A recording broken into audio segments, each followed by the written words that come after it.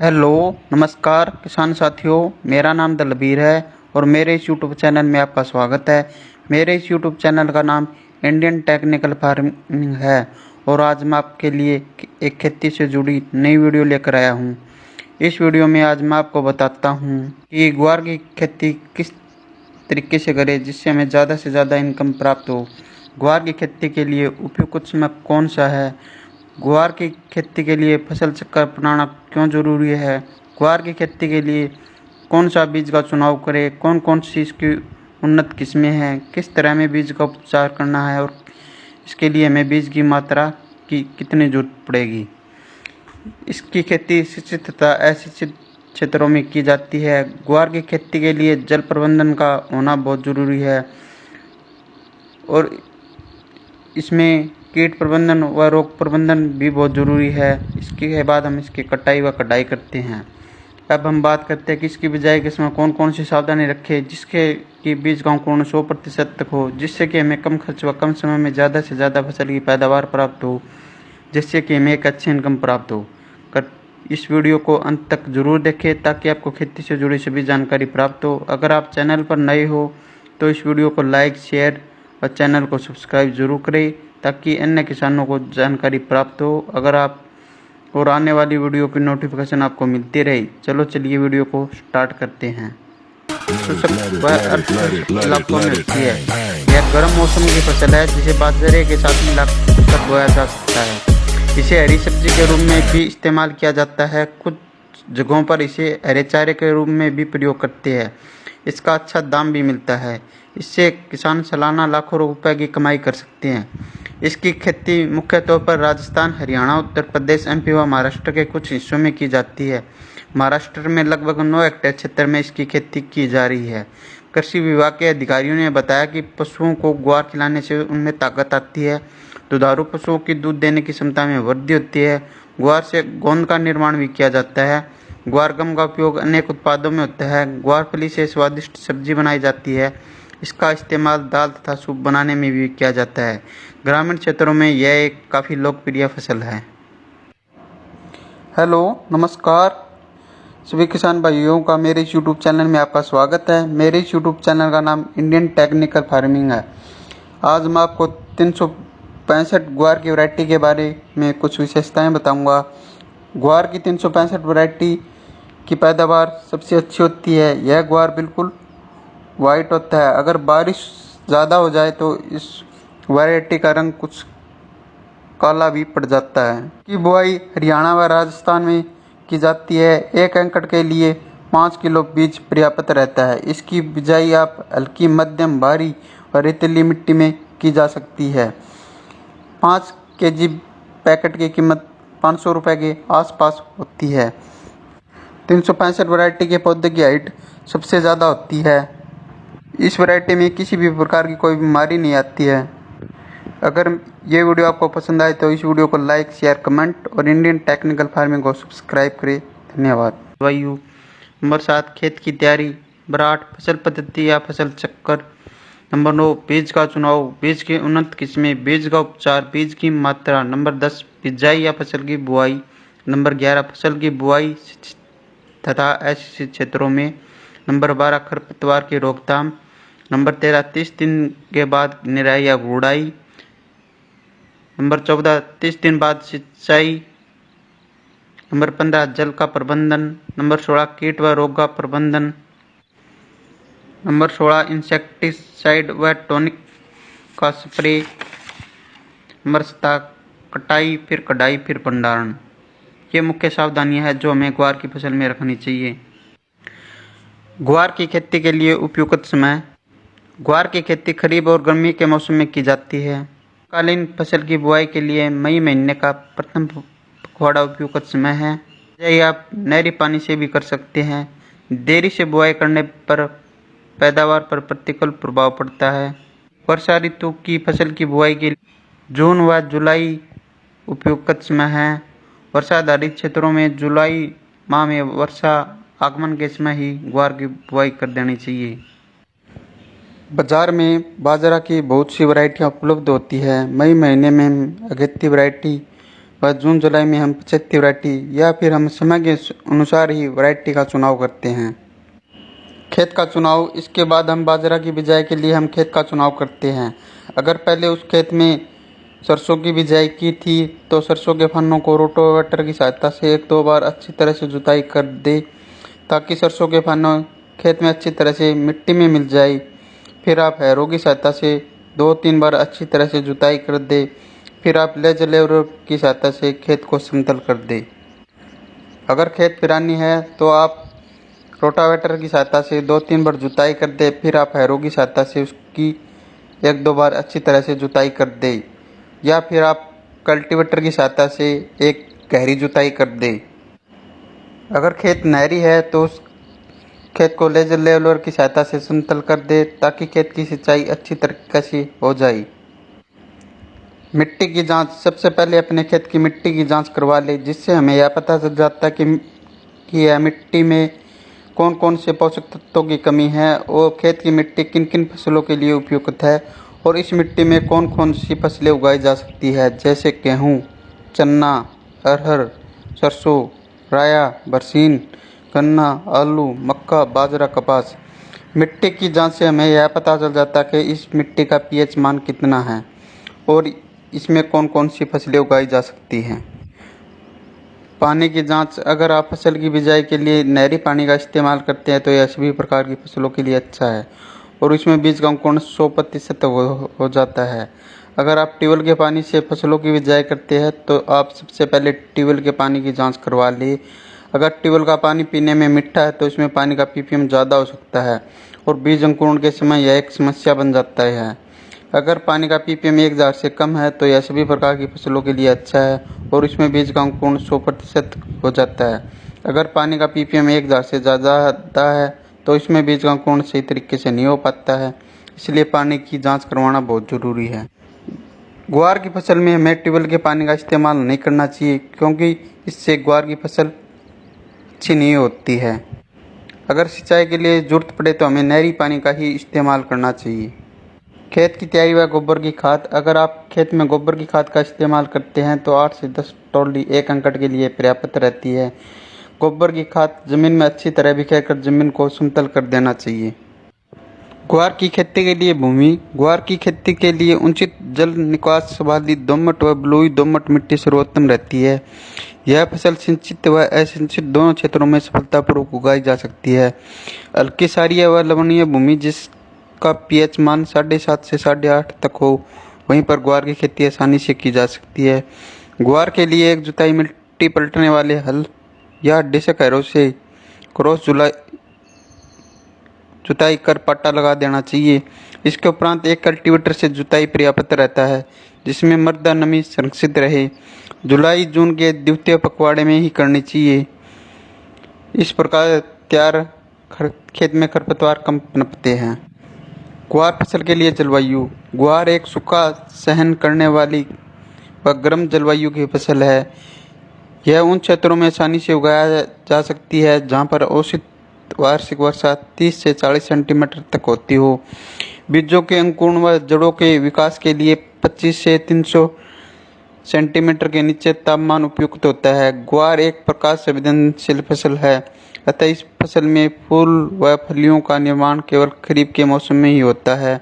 अत्यधिक बारिश, बरसात व ठंड को यह सहन नहीं कर पाती है। जिन क्षेत्रों में अत्यधिक गर्मी पड़ती है परंतु सिंचाई की सुविधा उपलब्ध है, वहाँ पर ग्वार की खेती से भरपूर पैदावार ली जा सकती है। शुष्क और अशुष्क दोनों दशाओं में इसकी खेती आसानी से की जा सकती है। ग्वार एक उष्ण कटिबंधीय फसल है जो 18 से 30 डिग्री सेल्सियस के औसत तापमान पर पकती है। खरीफ की गर्म और आर्द्र जलवायु के कारण पेड़ों की वृद्धि बहुत अच्छी होती है। सर्दी के मौसम में इन फसलों की खेती लाभदायक नहीं होती है। यह फसल सभी प्रकार की मिट्टी में उगाई जा सकती है। अच्छे जल निकास वाली मध्यम से भारी मिट्टी में फसल अच्छी तरह से बढ़ती है। यदि मिट्टी की सतह फसल पद्धति या फसल चक्कर को क्रॉप रोटेशन के नाम से भी जाना जाता है। किसी निश्चित भूमि में निश्चित समय वाली फसलों को लगातार अदल बदल कर बोना ही फसल चक्कर कहलाता है। फसल चक्र का मुख्य उद्देश्य किसी भी तरह के पौधे के लिए भूमि में मौजूद पोषक तत्वों के सदुपयोग से भूमि की भौतिक और जैविक धरती में संतुलन बनाए रखना होता है। लगातार फसल चक्र अपनाने से किसान भाई को फसल में आने वाली कई तरह की परेशानियों से छुटकारा मिलता है। फसल चक्र का इस्तेमाल कर किसान भाई अपनी भूमि से लगातार अच्छी फसल ले सकते हैं और इसके अपनाने से खेत की उर्वरकता भी बनी रहती है। जबकि एक ही फसल को लगातार उगाने से किसान भाइयों को फसल की कम उपज मिलती है और एक ही फसल को खेत में लगातार लगाने से मिट्टी में बीज जनित और मृदा जनित रोग भी बढ़ जाते हैं, जिसके कारण भूमि में विषैले गुण आ जाते हैं। भूमि के अंदर विषैले गुण उत्पन्न हो जाने पर भूमि में पाई जाने वाली छोटे उपयोगी मित्र कीट नष्ट हो जाते हैं और भूमि धीरे धीरे बंजर रूप धारण करने लगती है। फसल चक्र के फायदे। फसल चक्र के अपनाने से भूमि की उर्वरक शक्ति बनी रहती है। फसल चक्र के अपनाने से भूमि में अम्लीय और क्षारीय गुण, पोषक तत्व और जैविक पदार्थों की मात्रा संतुलित रहती है। फसल चक्र के अपनाने से फसल में कई तरह के कीट और बीज जनित रोग नहीं लगते हैं। इसके अपनाने से फसलों में पैदावार अधिक मात्रा में प्राप्त होती है, जिसकी गुणवत्ता भी अच्छी पाई जाती है। भूमि में फसल चक्र अपनाने से रासायनिक उर्वरक कम मात्रा में इस्तेमाल किए जाते हैं, जिससे मिट्टी दूषित होने से बचती है। फसल चक्र अपनाने से फसलों में रोग भी काफ़ी कम ही देखने को मिलते हैं, जिसकी वजह से किसान भाइयों द्वारा रासायनिक दवाओं पर किया जाने वाला खर्च भी कम हो जाता है। फसल चक्र के दौरान फली वाली फसलों के बोने पर खेत में नाइट्रोजन की पूर्ति बनी रहती है। फसल चक्र अपनाने से खेत में खरपतवार में कमी देखने को मिलती है, क्योंकि फसल चक्र के दौरान अधिक गुड़ाई वाले फसलों को बोने पर खेत में खरपतवार नष्ट हो जाते हैं। अधिक पोषण तत्व ग्रहण करने वाली फसलों की खेती के बाद खेत को एक बार खाली छोड़ देना चाहिए। किसी भी विशेष रोग के लगने पर उस फसल को लगातार खेत में नहीं उगाना चाहिए। जिन फसलों की जड़ें अधिक गहराई में जाती है, उन फसलों के बाद जिन फसलों की जड़ें कम गहराई में जाती है, उन्हें उगाना चाहिए। अनाज फसलों को उगाने के बाद 2 से 3 साल में एक बार धनलनी फसल को जरूर उगाना चाहिए। अधिक गुड़ाई वाली फसलों के बाद कम गुड़ाई की जरूरत वाली फसलों को उगाना चाहिए। अधिक सिंचाई वाली धान जैसी फसलों के बाद कम सिंचाई वाली जरूरत की फसलों को उगाना चाहिए। अधिक उर्वरक लेने वाली फसलों के बाद जिन फसलों की उर्वरक की काफ़ी कम आवश्यकता होती है, उन्हें उगाना चाहिए। इस प्रकार हमें फसल चक्र अपनाना चाहिए। बीज का चुनाव। हमें एक ऐसी वैरायटी का चुनाव करना होता है जो वैरायटी अच्छा उत्पादन देती हो, जिसका उत्पादन ज़्यादा से ज़्यादा होता हो और जिसकी मार्केट में बहुत ज़्यादा मांग हो और उसका भाव भी अच्छा हो, क्योंकि एक बढ़िया क्वालिटी का बीज ही हमें एक अच्छा उत्पादन और मुनाफा दे सकता है। बीज की उन्नत किस्में। ग्वार की उन्नत किस्में। बाजार में ग्वार की कई उन्नत किस्में देखने को मिल जाती है, जिन्हें चारे, दाने और हरी फलियों के आधार पर 3 भागों में बांटा गया है। उन्नत किस्में इस प्रकार है। दानों के लिए उन्नत किस्में अज्जी 365, अज्जी 563, 220। हरी फलियों हेतु उन्नत किस्में IC 1318, M83, पूसा मौसमी। हरे चारे के लिए उन्नत किस्में ये मुख्यतः हरे चारे के लिए उपयोग की जाती है। बुंदेल ग्वार 3, ग्वार क्रांति, बुंदेल ग्वार 2, गोरा 80, बुंदेल ग्वार 1। अगर आप पैदावार के लिए उपयोग करते हो तो दाने वाली उन्नत किस्मों का ही चुनाव करना चाहिए। अगर आप हरे चारे के लिए उपयोग करते हो तो हरे चारे वाली उन्नत किस्मों का उपयोग। ग्वार के बीजों की मात्रा व बीज उपचार। यदि आप ग्वार की फसल दानों और हरी फलियों के लिए करना चाहते हैं तो 1 एकड़ के लिए दाने की फसल के लिए 5 से 6 किलो बीज पर्याप्त रहता है और हरी खाद फसल में 15 से 16 किलो प्रति एकड़ बीज की जरूरत होती है। इसके अलावा आप हरे चारे के लिए फसल का उपयोग करना चाहते हैं तो 16 से 17 किलो बीज प्रति एकड़ की जरूरत होती है। इन बीजों को खेत में लगाने से पहले उन्हें कैप्टन या बायोस्टिन की उचित मात्रा में उपचारित कर लिए, ताकि बीजों को आरंभ में फफूंद या फंगस जैसे रोग न लगे। पौधे में जड़ों के अधिक मात्रा में गांठ पैदा करने के लिए जीवाणु रोधक राइजोबियम उर्वरक से उपचारित कर लेना चाहिए। 1 हेक्टेयर के खेत में 200 ग्राम की मात्रा वाली 2 पैकेट वाले जीवाणु रोधक की जरूरत होती है। सबसे पहले हम FIR यानी सबसे पहले हम फंगिसाइड से बीज को उपचारित करते हैं, फिर इंसेक्टिसाइड से बीज को उपचारित करते हैं, फिर राइजोबियम कल्चर से हम उपचारित करते हैं। फंगिसाइड को उपचार करने का मुख्य उद्देश्य फंगस की बीमारियों की रोकथाम के लिए किया जाता है और इंसेक्टिसाइड दवाओं से उपचारित करने का मुख्य उद्देश्य दीमक जैसी रोकथाम के लिए किया जाता है और राइजोबियम कल्चर का उपयोग खेत में जीवाणुओं की संख्या बढ़ाने के लिए उपयोग किया जाता है, जिससे खेत में जीवाणुओं की संख्या बढ़ जाए, जिससे कि एक अच्छी फसल प्राप्त हो। ग्वार फसल में खाद एवं उर्वरक। ग्वार दलहनी फसल होने के कारण नाइट्रोजन की कुछ आपूर्ति वातावरण की नाइट्रोजन को जड़ों में उपस्थित गांठ द्वारा एकत्रित की ली जाती है, लेकिन फसल की प्रारंभिक अवस्था में पोषक तत्वों की पूर्ति के लिए 20 किलो नाइट्रोजन व 40 किलो फास्फोरस प्रति हेक्टेयर पर्याप्त रहता है। संपूर्ण नाइट्रोजन व फास्फोरस की मात्रा बुआई के समय खेत में डाल देनी चाहिए। इसके अतिरिक्त ग्वार की बिजाई को बुआई से पहले राइजोबियम कल्चर की 600 ग्राम मात्रा को 1 लीटर पानी व 250 ग्राम गुड़ के घोल में 15 किलोग्राम बीज को उपचारित कर छाया में सुखाकर बोना लाभदायक रहता है। खेत की तैयारी के समय 5 टन गोबर या कंपोस्ट खाद या 2-3 वर्ष में एक बार अवश्य प्रयोग से पहले मिट्टी की जांच करवा लेनी चाहिए। ग्वार की बुआई की विधि। अधिक पैदावार के लिए ग्वार की बुआई हमेशा पंक्तियों में करें। बुआई हल्के कुंडों में अथवा सीड ड्रिल की सहायता से करें। कुंडों में पौधों की जड़ों के पास वर्षा जल से भी अधिक संग्रहित होता है, जिससे पैदावार अधिक मिलती है और फसल की देखभाल करने में भी आसानी रहती है। ग्वार की बुआई पंक्ति से पंक्ति की दूरी 45 से 50 सेंटीमीटर तथा पौधे से पौधे की दूरी 10 से 15 सेंटीमीटर करनी चाहिए। गहराई 4 से 5 सेंटीमीटर पर करनी चाहिए। बुआई के समय भूमि में पर्याप्त मात्रा में नमी होनी चाहिए, जिससे बीज का जमाव शीघ्र व पर्याप्त मात्रा में हो सके। अगर आपने नहरी क्षेत्र में बिजाई की है तो आप इसकी मेड बना दें। फिर आप इसमें खरपतवार नियंत्रण के लिए पेंडामेलिथियान 30% EC का 500 मिलीमीटर को 250 लीटर पानी में मिलाकर इसका छिड़काव कर दे, जिससे कि खेत में खरपतवार नहीं उगे। खरपतवार नियंत्रण। ग्वार की फसलों को खरपतवारों से पूर्णतः मुक्त रखना चाहिए। सामान्यतः फसल बुआई के 15 से 20 दिन बाद कई तरह के खरपतवार निकल जाते हैं, जिसमें जंगली जूट, जंगली चरी व दूब घास प्रमुख है। ग्वार की फसल में समय समय पर निराई गुड़ाई करके खरपतवारों को निकालता रहना चाहिए। इससे पौधे की जड़ों का विकास भी अच्छा होता है और जड़ों में वायु संचार भी बढ़ता है। दाने वाली फसल में बैसालीन 1 किलो प्रति हेक्टेयर की दर से खेत में बुआई से पूर्व मृदा की ऊपरी 8 से 10 सेंटीमीटर सतह पर छिड़काव कर खरपतवारों पर नियंत्रण पाया जा सकता है। खरपतवारों के नियंत्रण हेतु फसलों की बुआई के 2 दिन पश्चात पेंडामेलिथियान 30% EC का भी छिड़काव कर सकते हैं। बिजाई के 30 दिन बाद खेत में खरपतवार उग जाते हैं। जिस खरपतवार उगने के बाद हमें उसकी निराई या गुड़ाई हाथ से ही कर देनी चाहिए। निराई या गुड़ाई करने के बाद अगर खेत की सिंचाई करनी है तो 30 दिन बाद हम खेत की सिंचाई कर सकते हैं। जल प्रबंधन।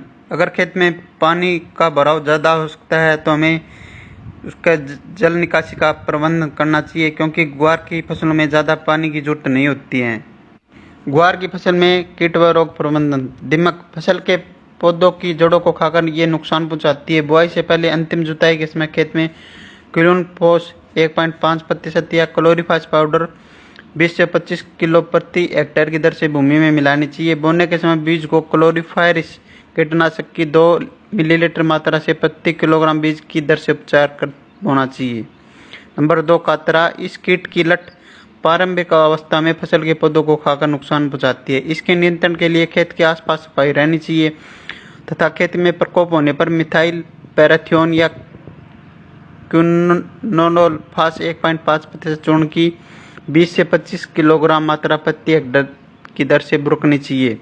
मोइला। यह कीट पौधे के कोमल भागों का रस चूसकर फसलों को हानि पहुंचाते हैं। इसके नियंत्रण हेतु मोनोक्रोटोफास आधा लीटर मात्रा को 500 लीटर पानी के घोल में मिलाकर छिड़काव कर देना चाहिए।